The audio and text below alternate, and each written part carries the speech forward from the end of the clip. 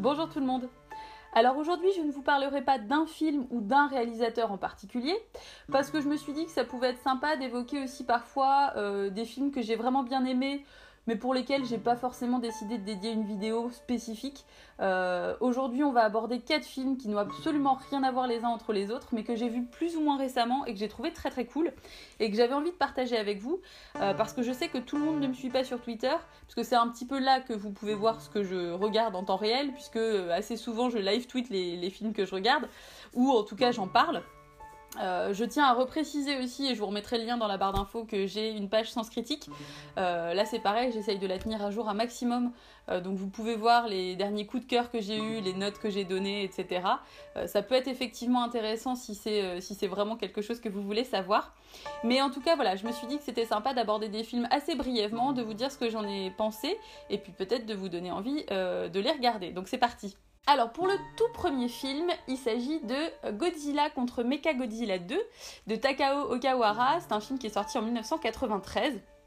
Alors, en effet, ça fait quelques mois que j'ai décidé de m'attaquer au monument Godzilla. J'aime beaucoup les monstres et à plus forte raison les très gros monstres, donc c'était logique que ça finisse par arriver. Bon, j'ai vite constaté que chronologiquement ça servait à rien d'avoir un gros respect de chaque opus parce que en gros on peut un peu piocher dedans comme on veut. J'ai quand même essayé au début de piocher années 50, 60, 70 pour en voir un petit peu un de chaque période. Et donc inévitablement j'ai fini par arriver aux années 90. Et ben franchement j'ai pas été déçue. Gros monstre plus gros robot égale gros bonheur. Donc l'histoire est simple, en gros c'est des scientifiques qui arrivent sur une île et qui trouvent un œuf et qui décident de l'embarquer. Très mauvaise idée puisque forcément ils se font attaquer quasi immédiatement par Rodan et par Godzilla, mais ils considèrent que c'est quand même une bonne idée d'embarquer l'œuf avec eux. En parallèle à ça est mis au point un gros robot pour défoncer Godzilla, donc qui lui ressemble beaucoup, mais avec toute une technologie de pointe. Et donc après, le film, c'est traditionnel combat de la technologie contre la nature, de l'homme contre la nature, et c'est très cool. Alors, l'histoire, moi je vous cache pas que en général, dans le Kaiju Ega, c'est pas du tout quelque chose qui m'intéresse. C'est-à-dire que je viens pas pour ça. Concrètement, moi, ce que je veux, c'est des villes qui explosent, c'est des gros monstres qui se foutent sur la gueule, des humains qui se font écraser. Voilà, c'est mon truc. J'aime beaucoup ça quand ça explose dans tous les sens et que ça pète des gueules. Donc là, j'ai été plutôt servie. Et puis en plus, il y a cette petite touche années 90 qui est pas dégueulasse, puisqu'il y a quand même des paillettes et des lasers. Faut le voir pour le croire, mais franchement c'est cool. Et les combats sont très cool, c'est des combats qui durent en plus assez longtemps. Moi j'aime bien les combats assez longs où il y a des retournements de situation. Ça saigne, ça s'électrocute, on sait pas trop qui va gagner, mais on sait quand même un petit peu. À un moment donné, donc c'est pas vraiment un spoiler parce que bon, c'est pas le clou du spectacle de l'histoire, et puis l'histoire est pas haletante de suspense, hein. Mais il y a quand même un bébé Godzilla. Donc rien que pour ça vaut le coup parce qu'il a une tronche assez improbable et puis bon voilà, c'est un peu marrant.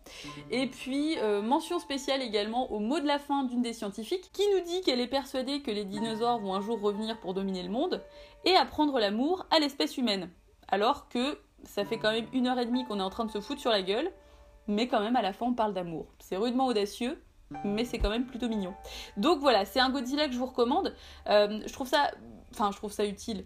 Dans le sens où c'est vrai qu'il y a quand même énormément de films de Godzilla et quand on s'attaque au truc, c'est un petit peu décourageant parce qu'on sait pas trop par où commencer. Donc moi, j'ai demandé des suggestions un petit peu à tout le monde autour et ça m'a été super utile. Donc je me suis dit que ça pouvait être utile de vous dire que celui-là, il est quand même vraiment pas mal. Alors le deuxième film dont j'ai envie de vous parler aujourd'hui, c'est White of the Eye de Donald Cammell et c'est un film qui est sorti en 1987. Alors White of the Eye...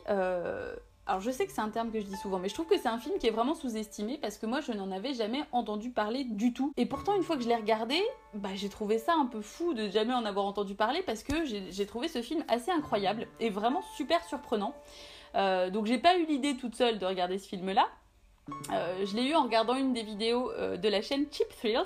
Cheap Thrills. Donc Cheap Thrills. Alors, qu'est-ce que c'est que cette chaîne, à part une chaîne avec un nom absolument dégueulasse à prononcer? C'est une chaîne hyper cool qui est animée par des passionnés et que je vous recommande chaudement. Donc l'épisode qui parle de White of the Eye, il me semble que c'est l'épisode 1. Mais il doit y en avoir 4 en tout je crois, donc je vous conseille vraiment de tous les regarder parce que c'est très très cool. Alors ok, c'est des épisodes qui durent 1 heure, mais vous en ressortirez avec plein d'idées de films à visionner, donc c'est une chaîne que je vous recommande vivement. Donc je vais pas redire ce qui a déjà été dit dans l'épisode 1 de Cheap Thrills, je vous conseille d'aller le voir. Tout ce que je peux vous dire sur ce film-là, c'est que je m'attendais pas du tout à ça. En fait, je m'attendais pas à grand chose.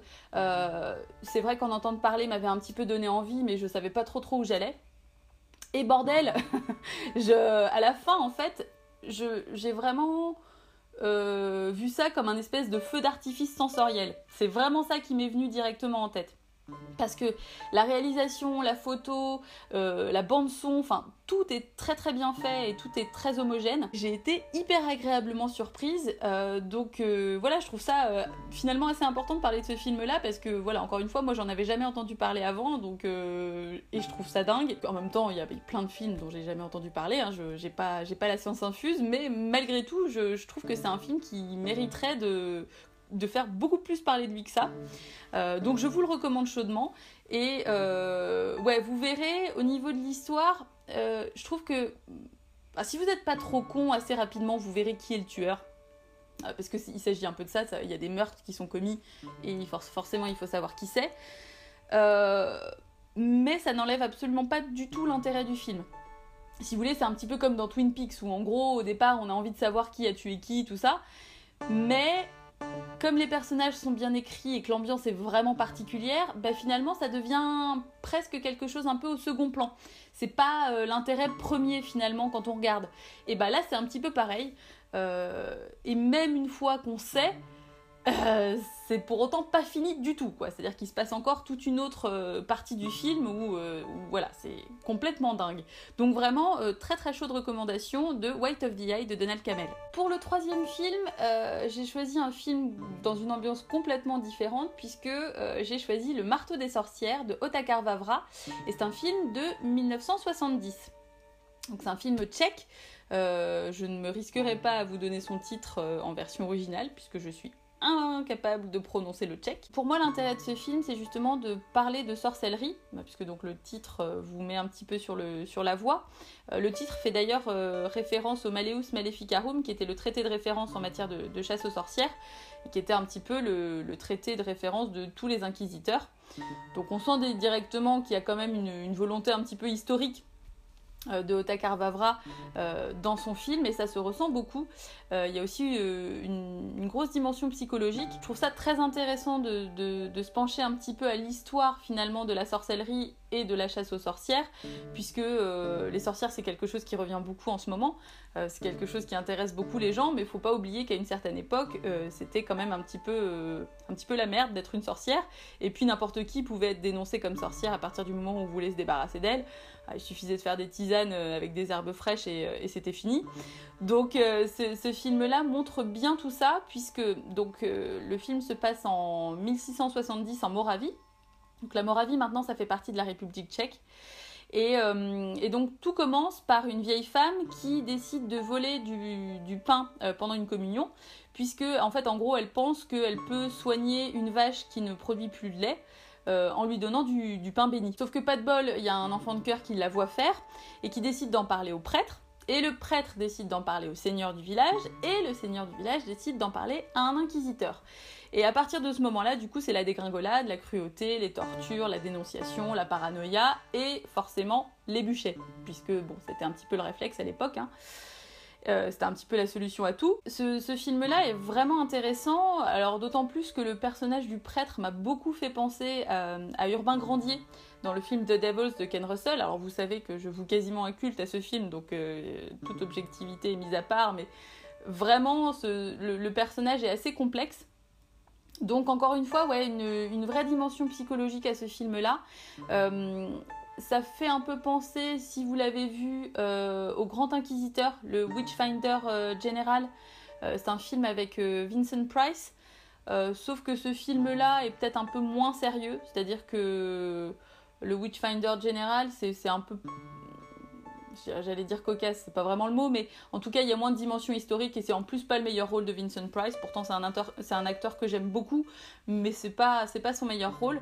Donc si c'est un film qui vous a un petit peu parlé au niveau de la thématique, bah, vraiment, je vous conseille Le Marteau des sorcières, qui est très bien fait. Par contre, on va pas se le cacher, on peut pas dire que ce soit la grosse ambiance, hein, donc soyez un petit peu prévenus que c'est pas le truc à regarder pour se mettre la patate, mais c'est un film qui est vraiment très intéressant et plutôt fidèle à l'époque. Et le dernier film dont j'ai décidé de vous parler, c'est Brain Damage de Frankenheimer, et c'est un film qui est sorti en 1988.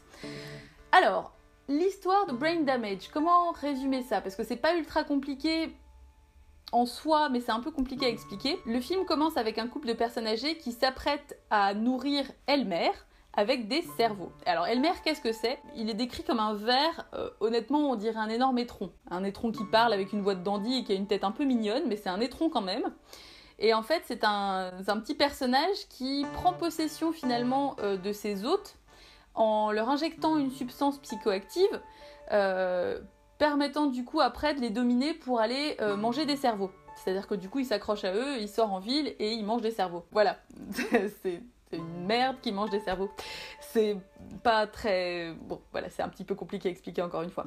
Donc du coup, ce couple-là va pour nourrir Elmer, et Elmer a disparu. Parce que Elmer a décidé de changer d'hôte, puisqu'en fait, eux ne le nourrissent qu'avec des cerveaux, en fait, genre de chez le boucher, ou des trucs comme ça, pas des cerveaux frais. Et Elmer est un peu gourmand. Donc il décide de prendre possession de Brian, qui devient tout de suite très addict à la substance de Elmer. Très bizarre comme phrase. Et donc du coup, s'ensuit toute une série de péripéties plus ou moins potaches, hein, parce que quand même utile de préciser qu'il y a une scène de fellation notamment qui est particulièrement débile, mais qui est quand même un peu drôle. Donc voilà, c'est un film assez improbable à expliquer, mais qui est très cool, et qui représente très bien à lui seul l'esprit des films de Frankenheimer. Il y a quand même des messages assez sérieux au fond, c'est-à-dire qu'il y a quand même une dimension justement sur la possession, un peu les drogues aussi bien évidemment, enfin bon, on peut y voir quelques dimensions un peu plus sérieuses, mais globalement c'est quand même assez débile, mais c'est très cool. Il y a un côté très glauque aussi, parce qu'il filme dans un New York poisseux, un New York un peu angoissant. Il aime beaucoup filmer les hôtels sordides, mais avec des couleurs très vives, avec une lumière vraiment particulière qui, je trouve, du coup, contraste beaucoup et donne un côté un peu cartoonesque. On sent que Frankenheimer aime beaucoup le cinéma de genre et qu'il le connaît bien, donc c'est très appréciable. Et puis il y a un côté très crado, il y a un côté très cheap, et moi j'aime beaucoup, un côté un peu kitsch. On sent que clairement c'est des films qui ne mériteraient pas un plus gros budget parce qu'ils perdraient de leur charme. Il y a ce côté justement, ouais, un peu de bric et de broc, un côté très artisanal, mais moi que j'aime beaucoup. C'était pas le premier film de Frankenheimer que je regardais, puisque j'avais déjà vu Basket Case et Frankenhooker, qui sont deux films que j'ai beaucoup aimés aussi et qui sont vraiment un petit peu dans cette même ambiance, justement voilà, un peu poisseuse, un petit peu malsaine, mais quand même très drôle. Il y a beaucoup de second degré et il y a beaucoup d'humour plus ou moins fin. Effectivement vraiment pas toujours très fin. Il y a des giclures de sang dans tous les sens et moi c'est quelque chose que j'aime beaucoup. Et Frankenheimer a également réalisé un documentaire qui s'appelle That's Sexploitation, sur la sexploitation, comme son nom l'indique. Donc notamment effectivement tous les films érotiques et pornographiques des années 30-40 grosso modo jusqu'aux années 60-70. Il y a eu une évolution qui a été très rapide à ce niveau-là, et c'est hyper intéressant de voir un peu comment certains réalisateurs ont détourné les interdits et ont essayé de trouver des feintes en faisant des sortes de documentaires sur des nudistes ou des choses comme ça, et tout ce qui est documentaire de prévention pendant la guerre sur les maladies vénériennes, etc. Enfin, c'est très bien fait, très bien documenté, et ça vaut le coup si c'est un sujet qui vous intéresse. Là aussi c'est un documentaire que je vous recommande. Mais en tout cas, Brain Damage, très bonne surprise. Voilà, maintenant il me reste Basket Case 2 à regarder, et j'aurais vu pas mal de films de Frankenheimer, mais en tout cas si vous aimez tout ce qui est un petit peu crado, si vous aimez le gore, si vous aimez l'humour aussi, n'hésitez vraiment pas à foncer sur Brain Damage, parce que voilà, c'est une très bonne surprise. Voilà, c'est fini pour ce petit tour d'horizon de 4 films complètement différents, hein, vous aurez pu le constater. J'espère que ça vous aura donné envie de les voir. N'hésitez pas à venir me donner votre avis si vous les avez déjà vus ou si vous les voyez et que vous avez aimé, ou même si vous n'avez pas aimé d'ailleurs, parce qu'on s'en fout, c'est toujours sympa de discuter. J'espère que grâce à ce genre de format de vidéo, j'arriverai à vous sortir une vidéo un petit peu plus fréquemment que tous les 6 mois, parce que c'est vrai que je regarde beaucoup de films, donc encore une fois je vous dis, n'hésitez pas à me suivre sur Twitter et Science Critique, parce que c'est là que vous aurez mon avis en temps réel quasiment de ce que je regarde, parce que bon, clairement il y a quand même pas mal de films qui ne verront jamais de vidéos sur cette chaîne, parce que je regarde pas que des trucs passionnants